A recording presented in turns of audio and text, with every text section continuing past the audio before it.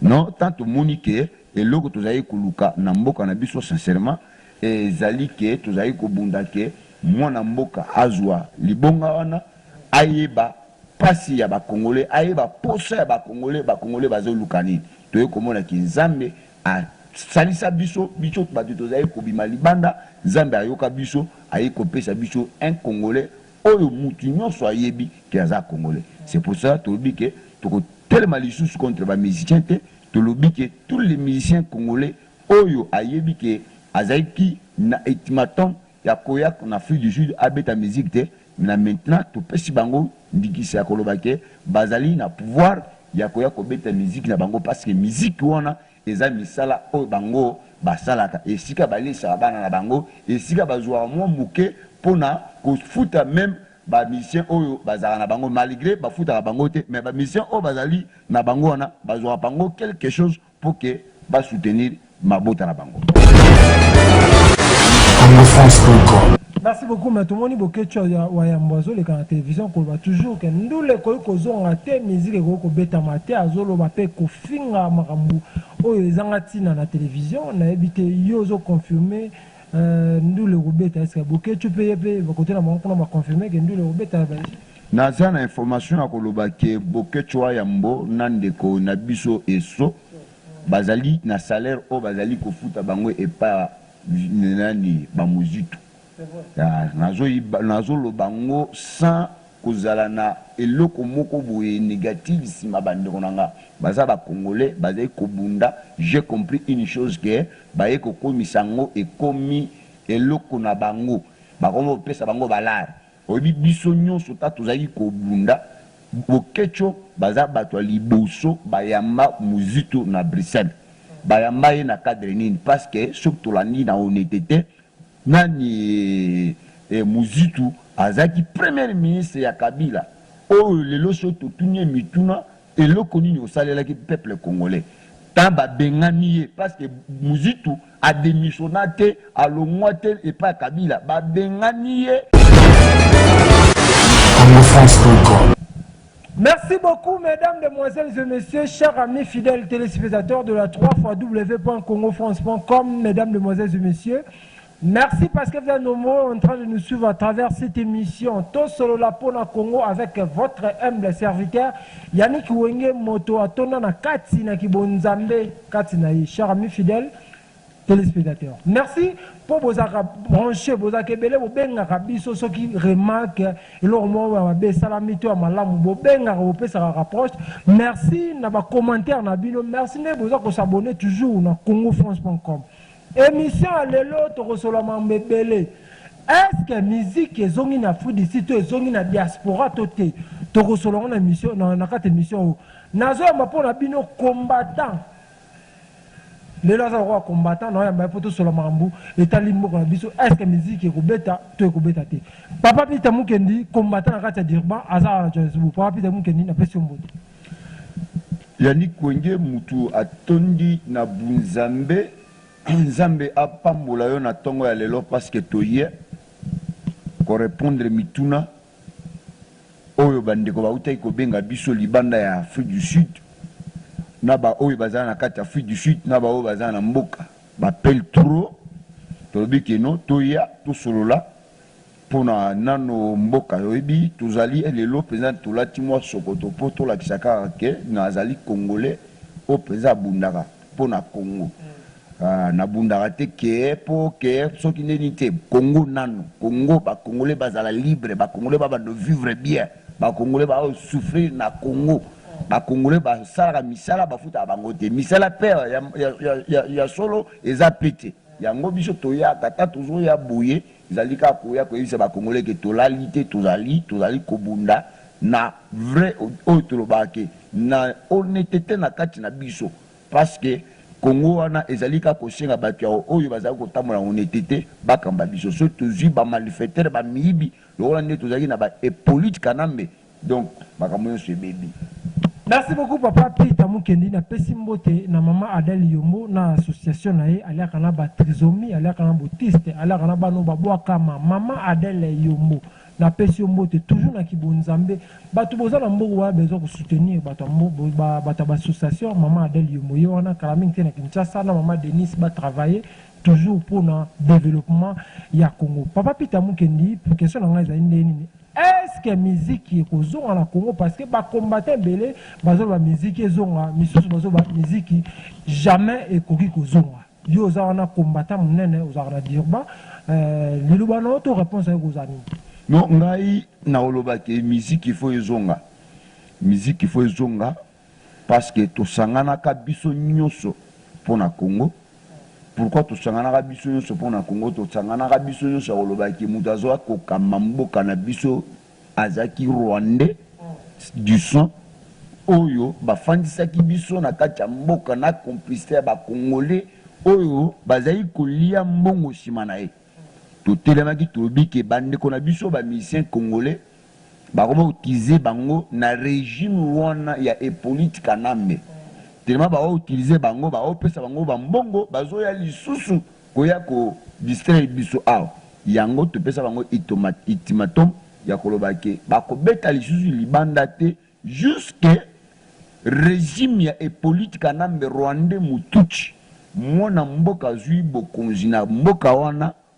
nde tosali nini tolibere bango baye bakoma beta musique bitumba biso tozali kobunda bitumba moko ya honnêteté na mwa vérité na kati na biso nga na tamboli na sali ba marche ngai na kenda ba Pretoria nga na yaka na Johannesburg tozubia awa tozui ba bisi awa na Yoville awa tozui tokei na Johannesburg na Pretoria nini toye poke totambola pona mboka na biso na leka na ba télévision internationale na leka na ITV na leka na SBC na leka na ba chaîne ebele awa en Afrique du Sud kotambola koloba pona mboka na biso non tant monique eloko tozali koluka na mboka na biso sincèrement ezali ke tozali kobunda ke mwana mboka azwa libonga wana ayeba pasi ya ba congolais ayeba posa ya ba congolais bazoluka nini toye komona ki nzambe a salisa biso bato tozali kobima libanda nzambe ayoka biso ayi kopesa biso un congolais oyo mutu nyonso ayebi ki aza congolais. C'est pour ça tolobi ke tokotelema lisusu contre ba musiciens te tolobi ke tous les musiciens congolais oyo ayebi ke azaki na ultimatum ya koya en Afrique du Sud abeta musique te na maintenant topesi bango ndikisa ya koloba ke bazali na pouvoir ya koya kobeta musique na bango parce que musique wana eza misala oyo bango basalaka esika balisa bana na bango esika bazwa mwa muke pona kofuta même ba mission oyo bazala na bango malgré bafuta na bango te mais ba mission oyo bazali na bango wana bazwa bango quelque chose pour que ba soutenir mabota na bango. La musique vraiment ezonga Afrique du Sud biso topesi yango kaka na Afrique du Sud te nde tozosona na obo na utu sona ba combattant ya Angleterre na solaki na ba combattant ya Angleterre ba yebisinga ki nule na kati ya Angleterre ezongi oyebaki Angleterre ezaki jaune rouge oyo soki musicien ako beta na France ako beta na Bruxelles ako beta na ba Europe mboka mususu wana mena e Angleterre ba pesa bango jaune rouge mais na solo na bande onanga ba combattant ba résistant ya solo o bazai ko bunda na honnêteté na vérité na kati na bango na kati ya Angleterre ba benga ba lobiki monsieur Peter a tozolo banayo to pesi ningisa na ba musicien na biso baya babeta musique na kati ya Angleterre yango penga na lobaki na bango ke na solaki na mwa ndamba ba combattant awa to soli to yokani na bango to lobiki no posa na biso zaki nini posa na biso tozali kobunda tozali koloba ke rwandais wana mutuchi ezaki te ke tozali koloba makambo ya lukuta ezaki vérité ke mutu azali kokamba mboka na biso azaki rwandais maintenant rwandais na makasi ya bakombata na makasi ya bakongolais nzambe oyo inspiraki biso lelo Hippolyte azali à côté pourquoi tokotia bato wana libaya yango toloyaki ke toyebisa tous les musiciens congolais oyo abetaka musique na Afrique du Sud ça makambo nyonso efongami donc dirima kala mingi te concert ekobetama moko awa bato okutana bandeko mosusu ya Johannesburg awa tosona bango donc ndule bezongi na ndenge ezali kobeta makala Merci beaucoup, mais tout le monde dit que les la télévision, qu'on va toujours que nous les qu'on a été musique qu'on bêta maté à zolo bapé qu'on finga marambu oh les angati dans la télévision on a évité yozo confirmé nous les bêta est-ce que beaucoup tu peux y côté là on va confirmer que nous les bêta naza na information ya koloba ke boketwa yambo nandeko na biso eso bazali na salaire o bazali kofuta bango epa nani ba muzitu ya nazo lo bango sans kozala na eloko moko boye négative sima bandeko nanga baza ba congolais bazali kobunda. J'ai compris une chose que baye ko komisango ekomi eloko na bango bakomo pesa bango balare obi biso nyonso ta tozali kobunda bokecho baza bato liboso bayamba muzitu na Bruxelles bayamba ye na cadre nini parce que surtout la ni na honnêteté nani muzitu azaki premier ministre ya Kabila oyo lelo so totunye mituna eloko nini osalelaki peuple congolais tant babengani ye parce que muzitu a démissionné alongwa te epa Kabila babengani ye epa noko na ye bandeko na ye babengani ye na palu. C'est comme ça bonani muzitu aye kokoma soi-disant opposant mais ceux qui babengana ka été jusqu'aujourd'hui toujours le banabino boye muzitu il était pembeni ya nani alingaki azaka pembeni ya Kabila donc ta babengani ye na ba vérité mususu obiso to koloba awa te sa makambo moko ya soni to koleka te to lobango na nini na média donc tu comprendras déjà que bandeko avant muzitu amata kende poto akutanaka déjà atindaka déjà batunaye bapesi bandeko babokecho wana nyonso wana bapesi bango bambongo. C'est comme ça que bakenda koyamba bunani bakenda koyamba muzitu ndeko moko utaka akazaka na salle wana alobaki nazo comprendre te ndenge bandeko nyonso oyo yo criminel of bafandisi awo soki ezalaki nga nalingaki nalia yo na banzi image wana mutu nyonso amonaka yango. J'ai compris baye kobenganga balobi ke non bato wana baza bamalfaiteur bato moko oyo basali association na bango baofuta bango balar baopesa bango mongo po ke baleka na media lokola bazali koya kolobela Congo mais na CC bazali kopesa bango mongo po ke balekaka bafingaka batu ba continuer ka kosala o bazo sala mais na kati na bango ça ce n'est pas bitch oyo tozaki nango biso tozaki kobunda ke Congo na biso ekende liboso mais to komis to comprendre ce que eza je moko boye bazui biso je kizengi bino bo sala boye mais bango bazo sala boye yango tolobi boye musique ezo betama soki kuna Bruxelles ba koboya wana etali bango mais na information onga na utu osola bande onanga na kati ya Angleterre ba confirmer ndule ezo betama ezongi na kati ya Angleterre au peine Afrique du Sud lobby musique ezongi. Merci beaucoup Papa Peter mais le lobby que non musique ezo azakwa futaka bango bato baboya baoboya musique beta pe ba finga Félix Tshisekedi meto ka kipe na kala Moïse Katumbi na pe ko futa bango po ba finga bato. C'était mensonge. Moïse Katumbi ataka ko futa mututé bokecho akendaka vers Moïse Katumbi ozo comprendre ba audio zape na ba audio ya kenda kuna ya koshenga mbongo epa Moïse Katumbi azeko ya salaire na salaire était azai kuluka mbongo epa Moïse Katumbi ozo comprendre azai kuluka moyen nini akuta parce que yoka ke Moïse Katumbi azoshenga epe mbongo toujours ba audio ndenge azai koloba ndenge ngonda azai koloba o nani Mukatumbi opesanga 40 millions d'euros o boyeboye yango na ye awa ngai pe opesa mbongo nanga na sala makambo mbongo Moïse apesaka ye toyebi soki ezalaki $100 sur $200 toyebi te mais na munoko na ye alobaki bapesa $1500 ozo comprendre. Ce n'est pas que Moïse Katumbi azali kofuta ye parce que ye abandi buzoba na ye kofinga batu Moïse Katumbi aza na Congo ozo comprendre ya donc nga nazopesa yo information parce que nga naboyi koya awa kokosela batu likambo wana bayebi te nga babengi nga balobi ke ba jeune wana baofuta bango mbongo baopesa bango la. Vous comprenez? Donc, combat est divisé. Combat est divisé nini? Koza bato bazo ko bunda na honnêteté na kati na bango. Koza bato oyo ba mafia ba coach na kati ya combat, ba commission ngo lokola baza ba combattant, mais baza ba combattant te, bazali na bato na bango sur le terrain na Kinshasa, ba otinda bango ba mbongo. Vous comprenez? Ce que biso to comprendre que te, o jia koloba ke bozala bato na bino o bapesa bino bambongo bosala boye bazopesa bino batactique parce que mutu moko te ako convaincre ngai lelo ke Muzitu tobenga ye opposant mutu azalaki premier ministre ya Congo oyo bango bazo soutenir eloko nini Muzitu asala pona Congo oyo lelo tobetela Muzitu maboko ke Muzitu ye wana azali kobunda azobunda contre qui sobi Moïse nani Muzitu azalaki premier ministre bongo Moïse Katumbi